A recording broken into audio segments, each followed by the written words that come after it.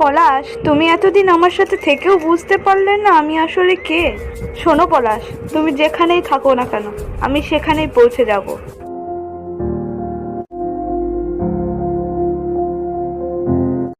মায়ের দায়িত্ব আপনার হাতে দিতে পেরে আমি বড়ই নিশ্চিন্ত ঠাকুর মশাই। আপনি ভুল করছেন ভট্টাচার্য মশাই। মায়ের দায়িত্ব কি কেউ কখনো নিতে পারে? মা তো স্বয়ং জগৎ জননী, তার দায়িত্ব কখনো কেউই নিতে পারে না। এটা অবশ্য ঠিক, তবে মায়ের অমন হাসি মুখ দেখলে বোঝা যায় মা খুবই খুশি। আর আপনার কাছে আসলে আমি নিজেও শান্তি অনুভব করি। এই সবই মায়েরই দয়া। ঠাকুর মশাই, আর দেরি করবেন না। এবার আপনার জীবনে ঘটে যাওয়া একটা অভিজ্ঞতার কথা তাড়াতাড়ি আমাকে শোনান তো, বড্ড ইচ্ছে করছে। সে আমি বুঝতেই পেরেছি, শুনুন তবে। আমার জীবনে তো আমি কম অভিজ্ঞতার সঙ্গে পরিচিত হইনি। সাধনায় কত হাকিনী যোগিনী, কত ভূত প্রেতের সাথে সম্মুখীন হতে হয়েছে আমার। কত চেনা অচেনা জায়গায় ঘুরে বেরিয়েছি। তার মধ্যে থেকে একটা অভিজ্ঞতার কথাই আপনাকে বলছি, শুনুন তবে। এবার আমি ঘুরতে ঘুরতে এক গ্রামে গিয়ে পৌঁছাই। পথের ক্লান্তি দূর করতে এক গাছের তলায় গিয়ে আশ্রয় নিই। খিদে তৃষ্ণায় কখন আমি ঘুমিয়ে পড়ি তা আমি নিজেও জানি না। চোখ খুলে একজনের ডাকে ঘুম ভেঙে দেখি আমার সামনে বেশ কিছু লোক জড়ো হয়েছে। ঠাকুর মশাই, ও ঠাকুর মশাই, বলি শুনতে পারতেছেন? হ্যাঁ হ্যাঁ হ্যাঁ, তোমরা কি কেউ কিছু বলবে? হইতাছিলাম আপনার দেহ তো সাধু মনে হইতাছে। কিছু যদি না মনে করেন তবে একখান কথা কই। আমাকে গ্রামের হারুইয়ের ছেলেটা বড় ভালো, কিন্তু ওর ভারী বিপদ। ওরে নাকি পিশাচিনি ভর করেছে। দয়া করে ওরে আপনি বাঁচান। বেশ, তবে আমাকে সেখানে নিয়ে চলো। আমি চেষ্টা করব আমার সাধ্য মতো তাকে বাঁচাবার। আইসা, তাহলে চলেন ঠাকুর মশাই হারুইয়ের বাড়িতে। হ্যাঁ গো, কেন জানি আমার বড় ভয় লাগতাছে। আমার ছেলেটা ঠিক হইয়া যাইবো তো? হারুই, দেখ কে আইছে তোর বাড়ি। পলাশের সব কথাই ঠাকুর মশাইয়ের সাথে খুঁজে ক, ইনি সব ঠিক করে দেবে। এই কথা শোনার সাথে সাথে হারুইয়ের বউ ছুটে এসে আমার পায়ে পড়ে যায়। ঠাকুর মশাই, আমি আপনার দুটো পায়ে পড়ি, আমার ছেলেটাকে ওই পিশাচিনীর হাত থেকে বাঁচিয়ে নেন। ওই পিশাচিনী আমার ছেলেটাকে মেরে ফেলবে। ঠাকুর মশাই, আপনি আমাকে এর উপরে দয়া করুন। ওই পিশাচিনীর হাত থেকে আপনি আমাদের ছেলেটাকে রক্ষা করুন। আহা আহা, তোমরা এভাবে কান্নাকাটি করো না। এরকম ভাবে কোনো সমস্যারই সমাধান হয় না। তোমরা তোমাদের ছেলের কাছে আমাকে নিয়ে চলো, আর বাকিটা মা মহাকালীর উপর ছেড়ে দাও। তিনি সবকিছুই রক্ষা করবেন। আমি ওদের সাথে পলাশের ঘরে গেলাম। গিয়ে দেখি সেখানে বিছানার উপর শুয়ে আছে একটা ছেলে। শরীর রোগা লিকলিকে, দেখে বোঝা যাচ্ছে ছেলেটা ভারী অসুস্থ। পলাশ, ও বাবা পলাশ, উঠে দেখ বাবা, তোর সাথে দেখা করতে ঠাকুর মশাই এসেছেন। ওনাকে তুই সব কথা বল, দেখবি তোর সব ঠিক হয়ে যাবে। ওঠ বাবা। পলাশ খুব কষ্টে বিছানায় উঠে বসলো। দেখ বাবা, তোর সাথে দেখা করতে ঠাকুর মশাই এসেছে। তুই ওনাকে সবকিছু খুলে বল, দেখবি উনি সব ঠিক করে দেবেন। প্রণাম ঠাকুর মশাই, ক্ষমা করবেন। উঠে গিয়ে আপনার পা ছোঁয়ার ক্ষমতাটুকু আমার নেই এখন। না না পলাশ, তার কোনো দরকার নেই। মা, তোমরা এখন বাইরে যাও। আমি পলাশের সাথে একান্তে কিছু কথা বলতে চাই। আচ্ছা ঠিক আছে ঠাকুর মশাই, তাইলে আমরা বাইরে যাইতাছি। কি গো, চলো তুমি বাইরে চলো। হারু আর হারুর বউ আমাদেরকে রেখে বাইরে চলে গেল।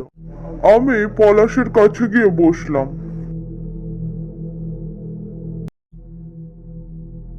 দেখো পলাশ, তুমি আমার কাছে কিছুই লুকাবে না। তুমি প্রথম থেকে সবটা আমাকে বলবে। কোথার থেকে কি হয়েছে আর তার সাথে তোমার কোথায় দেখা হয়েছে, সবটা আমাকে বলবে। না, আপনিই তো আমার শেষ ভরসা ঠাকুর মশাই, তাই আপনার কাছে আমি কিছুই লুকাব। আমাদের একটা মাত্র ঘর। আমার পড়ার জন্য খুবই অসুবিধা হয়। সামনেই আমার বিশ্ববিদ্যালয়ের পরীক্ষা, তাই আমি বাবাকে আমার অসুবিধার কথাটা জানালাম। বাবা, বলছিলাম কি, 1.5 মাস পরেই তো আমার পরীক্ষা, আর আমাদের একটা মাত্র ঘর। এখানেই সবকিছু। আমার পড়ায় খুব অসুবিধা হচ্ছে। বিষয়টা তো আমিও লক্ষ্য করছি, কিন্তু কি করি বাপ, আমিও যে গরিব। আমি কইতেছিলাম কি পলাশ কদিন ওর পিসির বাড়ির থেকে ঘুরে আসুক। ওখানে তো অনেক বড় জায়গা, ওদের অনেকগুলো বাড়িও আছে, তার মধ্যে একটা ওর ঠিকই জায়গা হয়ে যাবে। তুমি ঠিকই কইতাছো গিন্নি, আমি বোনকে আজই চিঠি লিখে দিতেছি, ও ঠিক কোনো না কোনো ব্যবস্থা কইরা দিবে। পলাশ, তুমি তোমার বই খাতা গুছিয়ে নাও, তুমি আজই তোমার পিসির বাড়ির দিকে যাবা। তারপর বাবার কথা মতো আমি আমার সব বই খাতা গুছিয়ে সেই দিনই পিসিমার বাড়ি চলে যাই। ওমা, আজকে আমাদের বাড়ি দাদা ভাই আসবে। হ্যাঁ বাবা, কিন্তু দাদা ভাই কিন্তু এখানে পড়াশোনা করতে আসছে, তুমি কিন্তু ওকে একদম জ্বালাতন করবে না। মায়ের কথাটা মনে রেখো, দাদা ভাই কিন্তু এখানে পড়াশোনা করতে আসছে, তুমি ওনাকে একদম জ্বালাতন করবে না। না না বাবা, আমি দাদা ভাইকে একদম জ্বালাতন করব না। ওই তো দাদা ভাই চলে এসেছে।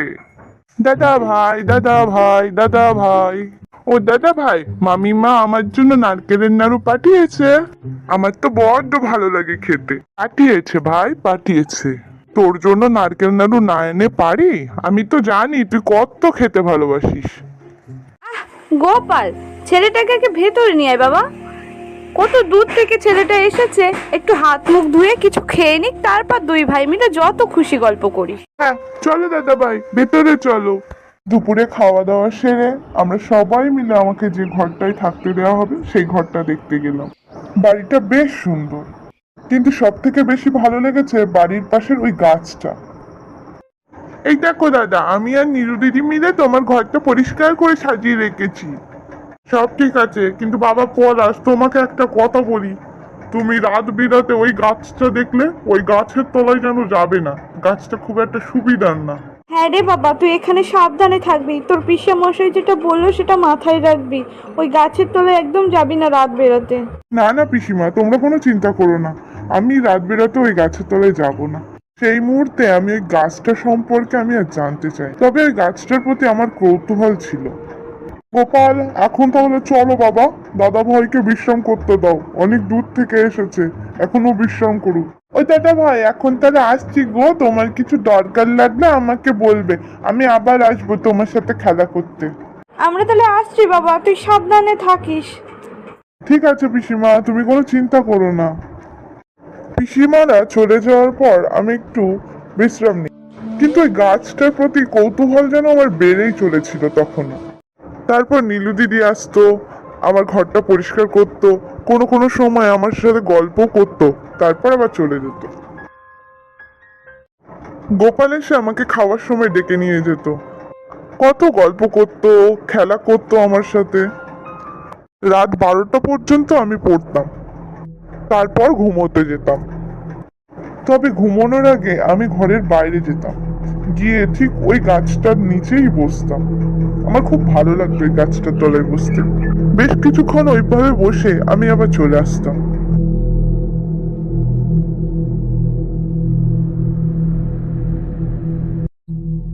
এইভাবে খুব সুন্দর দিন কাটছিল আমার।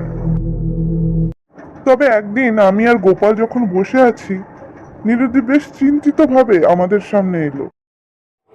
দাদা বাবু, কইতাছিলাম কি, আমি তোমারে না কাল রাতে বাড়ির পাশের ওই গাছটার তলায় দেখিছি। তুমি কি রাত্রেবেলা ওই গাছটার নিচে যাও? খবরদার দাদা বাবু, যাইও না কো, ওই গাছটায় না এক ভূত থাকে, তুমি যাইও না। ও নীলুদি, তুমি এত বড় হয়ে তুমি ভূতের ভয় পাও? আরে ভূত বলে কিছু হয় না কো। সেদিন নীলুদি আর কিছু না বলে ওখান থেকে চলে গিয়েছিল। তবে জানেন তো ঠাকুর মশাই, সেই দিনই আমার দুর্ভাগ্যের সূচনা হলো। মেনে নেওয়া উচিত ছিল ওদের সবার কথা, কিন্তু আমি তো মানিনি। সেদিন পড়া শেষে আমি ওই গাছের তলায় যাব বলে ঘরের থেকে সবে উঠোনের সামনে দাঁড়িয়েছি, কিন্তু এ কি, আমার সামনে যে দৃশ্য আমি দেখে অবাক হয়ে গেছি। ওই গাছটার নিচে দাঁড়িয়ে আছে এক অপরূপ সৌন্দর্যময়ী নারী। অপরূপ তার সৌন্দর্য, তার পরনে খাটো করে পরা সবুজ রঙের একটা শাড়ি, বেশ কিছু গয়না। অন্ধকারের মধ্যেও চোখ দুটো যেন স্থিরভাবে আমার দিকে তাকিয়ে আছে। ওই চোখের দিকে তাকালে যেন পৃথিবীতে সব পুরুষই বশীভূত হয়ে যাবে। আমি সেখানে আর এক মুহূর্তও দাঁড়ালাম না, দৌড়ে এসে আমার ঘরের ভিতরে ঢুকে গিয়ে দরজা বন্ধ করে দিলাম। সত্যি কথা বলতে আমি মনে হয় একটু ভয়ই পেয়েছিলাম। পরের দিনও আমার সাথে ঠিক একই ঘটনা ঘটলো। আমি আবার পালালাম সেখান থেকে। তারপরের দিন আমি আর বই পড়তে পারলাম না, শুধু মনে হতে থাকলো কে এই মেয়ে, এত রাত্রে ওই গাছের তলায় বা সে কি করে, আজও কি সে আসবে? এইভাবে সেদিনও রাত 12টা বাজে। সেদিনও আমি ভয়ে ভয়ে দরজা খুললাম। দরজা খুলেই আমার হাত পা ঠান্ডা হয়ে গেল। আমার সামনেই দাঁড়িয়ে আছে সেই মেয়েটি। কি হলো, ভয় পেলে নাকি? ভয় পাওয়ার কিছুই নেই, আমি তোমায় কোনো ক্ষতি করব না। তা এত রাতে কি আমায় দরজার বাইরেই দাঁড় করিয়ে রাখবে? ইয়ে না মানে, আসুন না, ভিতরে আসুন, ভিতরে আসুন। মেয়েটা ভিতরে এসে বসলো। আমিও দরজা বন্ধ করে তার পাশে গিয়ে বসলাম। না মানে, যদি কিছু না মনে করেন তবে আপনার নামটা কি বলবেন, আর আপনি কোথায় থাকেন? আপনি এত রাতে এখানে এসেছেন, আপনার ভয় লাগে না? একসাথে এত প্রশ্ন? তবে শোনো, আমি তোমার সব প্রশ্নের উত্তর দিতে পারবো না। আমি কোথায় থাকি বা কি আমার পরিচয় তা আমি তোমায় বলতে পারবো না।